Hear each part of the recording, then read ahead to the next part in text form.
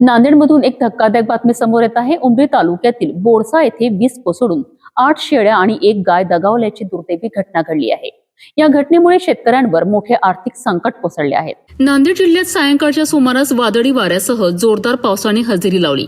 उमरी तालुक्यातील बोरसा गावातील शेतकरी संतोष चिकटवाड हे आपल्या जनावरांना शेतात चारत होते। याच दरम्यान अचानक आकाशातून वीज कोसळली आणि या भीषण घटनेत 8 शेळ्या आणि 1 गाय जागीच दगावल्यात। सुदैवाने शेतकरी संतोष चिकटवाड हे या दुर्घटनेतून थोडक्यात बचावलेत, मात्र त्यांच्या पशुधनाचे मोठे नुकसान झाले असून त्यांच्यावर गंभीर आर्थिक संकट कोसळले आहे। स्थानिक नागरिकांनी प्रशासनाने तात्काळ घटनास्थळी भेट देऊन पंचनामा करावा आणि शेतकऱ्याला त्वरित आर्थिक मदत द्यावी अशी मागणी केली आहे।